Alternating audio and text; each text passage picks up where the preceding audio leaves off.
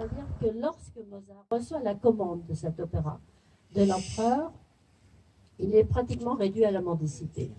L'aristocratie viennoise ne s'intéresse plus à lui, on ne lui passe plus de commandes, et là il a l'opportunité de toucher 200 ducats qui vont l'aider à vivre un peu mieux, à survivre un peu mieux. Et en même temps, il est en plein travail sur la flûte enchantée. Et il est gravement malade, et il le sait. Donc il y a tout pour que ça se passe mal. Et il va se mettre à la partition, il n'a pas le choix, c'est une commande. C'est pour le couronnement de l'empereur qui va être fait roi de Bohême. Et donc il se met au travail avec une date butoir.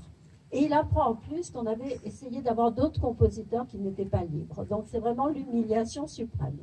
Mais il se met à son travail, il arrête pour un temps la flûte enchantée. Il est dans sa petite cabane en bois, derrière le théâtre de Schikaneder, son ami qui lui a demandé de faire un opéra pour l'aider financièrement.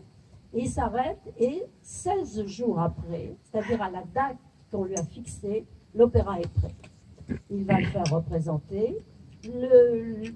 La salle applaudira convenablement. Pendant l'opéra, l'empereur, devenu roi pour l'instant de Bohême, va entrer avec sa femme très en retard, en parlant très fort. Il va parler pendant tout l'opéra. Et en sortant, l'impératrice dira « Porcheria tudesca », qui voulait dire grosso modo « cochonnerie allemande ». Et pratiquement 3 mois plus tard, Mozart était mort, il avait 35 ans. Donc écoutez bien cet air qui est l'air de Sesto, Parto, Parto, qui a été composé sur la partition de la main de Mozart. Il y a marqué avec clarinette obligée.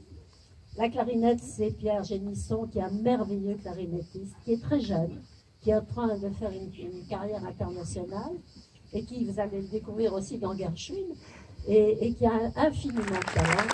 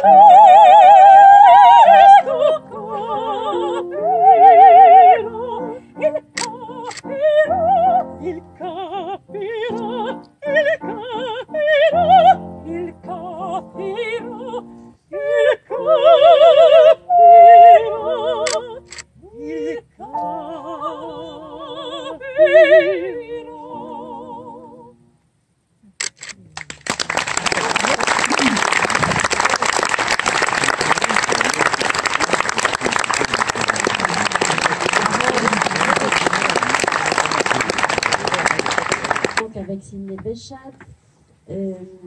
Lorsque je repensais à ça l'autre jour parce que j'ai travaillé beaucoup sur un festival à Antibes, et puis on retrouvera Rossini. Je vous parlais de Rossini parce que Rossini c'est le bel canto finissant, c'est-à-dire, je vous le disais, c'est l'héritage des castrats, et c'est intéressant parce que les castrats étaient des petits garçons en général du sud de l'Italie qui chantaient dans des chorales, dont la beauté de la voix, en général, celui qui était devant, le soprano, qui avait encore sa voix d'enfant, était repérée par les prêtres et qui proposait aux familles qui étaient dans la misère véritablement, de les faire opérer pour qu'ils gardent cette voix d'enfant et qu'avec le travail, ils deviennent ces fameux castrats qui ont gagné des fortunes. Évidemment, les parents imaginaient une pluie d'or s'abattant sur leur masure et accepter l'opération qui était dangereuse. Il y avait beaucoup d'enfants qui ne survivaient pas, et parmi ceux qui ne survivaient pas, il y avait énormément de ceux qui ne réussissaient pas du tout et qui allaient se prostituer dans les faubourgs de Naples et d'autres villes romanes. Et donc Rossini va s'intéresser de très près à cette technique, qui était une technique tout à fait artificielle. C'est le contraire du chant naturel. C'était basé sur des heures et des heures de travail pour avoir ces vocalises capables de monter très très haut, de garder cette pureté du timbre pratiquement sans vibration. On ne leur demandait pas de vibrato. On appelle ça spianato. Spianato, ça veut dire aplani. C'était des voix très pures qui montaient très haut et qui étaient capables de toutes les virtuosités, c'est-à-dire de passer d'une note suraiguë à un grave, de se lancer dans des trilles qui n'en finissaient plus, et qui fascinait littéralement, effectivement, les publics et qui gagnait des fortunes. Et Rossini va commencer à écrire assez tôt pour eux, et évidemment, avec l'interdiction des femmes dans les lieux religieux en Italie, les castrats s'étaient précipités pour les remplacer sur les scènes, ils chantaient tous les grands rôles féminins, et Rossini va s'amuser beaucoup à intervertir un peu les voix, un homme qui a évidemment une voix de femme, ou le contraire. Et dans ses partitions, il va écrire ces airs extrêmement difficiles où les castrats existent. Et c'est en même temps lui qui mettra fin à leur existence, exaspéré par leur caprice. Il avait engagé un ténor qui avait l'habitude quel que soit l'opéra, de porter toujours le même costume parce qu'il trouvait que ça lui allait bien. Donc parfois ça ne collait pas du tout avec l'opéra, mais il arrivait comme ça. Rossini avait essayé, il n'avait pas réussi. Et comme il attirait beaucoup de monde, il l'avait gardé. Et il avait une seconde habitude qui était en plein milieu d'un opéra, de s'arrêter, de s'avancer avec un air avantageux et de chanter un air qui n'avait rien à voir avec le compositeur, mais qu'il aimait beaucoup. Donc Rossini lui fait jurer sur la Bible qu'il ne ferait pas ça. Et évidemment, à la première, il l'a fait. Et Rossini a dit « Je mangerai mes partitions si je réengage un jour quelqu'un qui vous ressemble. » Et donc les castrats ont pratiquement disparu. Wagner a essayé d'en obtenir un. Et il y a un seul enregistrement au monde d'un castrat qui était le dernier des castrats de la chapelle papale à Rome, et qui existe et que j'ai à la maison, et qui est très troublant, parce que c'est un chanteur qui était déjà âgé, qui chante l'Ave Maria, avec cette voix d'enfant qui a plus de puissance, puisque le coffre, la poitrine s'est élargie. Mais il y a quelque chose de très touchant, de très comment dirais-je, un peu désespérant de cette voix qui vient de très loin, qui a été retravaillée. Ça a été un rouleau de cire qui a été retranscrit sur 78 tours et après sur un CD. Et donc, c'est une voix étrange, mais très touchante. Donc, on va écouter Mozart, c'est fait. Petite fleur à la clarinette, donc c'est le merveilleux Pierre Génisson qui va être là. Et François Chaplin, bien sûr, qui est aussi magique en accompagnateur qu'en soliste. Et puis, nous écouterons Rossini, une cavatine. C'est la fameuse cavatine de Rosine, vous savez, que vous connaissez, Una voce poco fa, que Maria Callas, qui a relancé le bel canto. Après la mort de Bellini, le bel canto avait disparu. Et c'est Maria Callas qui avait les capacités vocales pour ces difficiles exercices techniques qui va le remettre à la mode, et ça va furieusement bien marcher. Et puis ensuite, un autre duo sublime que vous connaissez aussi, c'est le duo de l'Acmé. C'est le fameux duo des fleurs, qui est merveilleusement écrit par Léo Denis. Et après, j'ai gagné, hein, là, il s'est arrêté, ce gentil chien. Et après, nous terminerons avec une chose qui m'a absolument stupéfiée, c'est Tico Tico. Ah, bravo. C'est la première fois que j'entends Tico Tico dans un concert classique et je suis ravie. Alors, tout de suite, Sidney Bechet, Pierre Génisson et François Chaplin.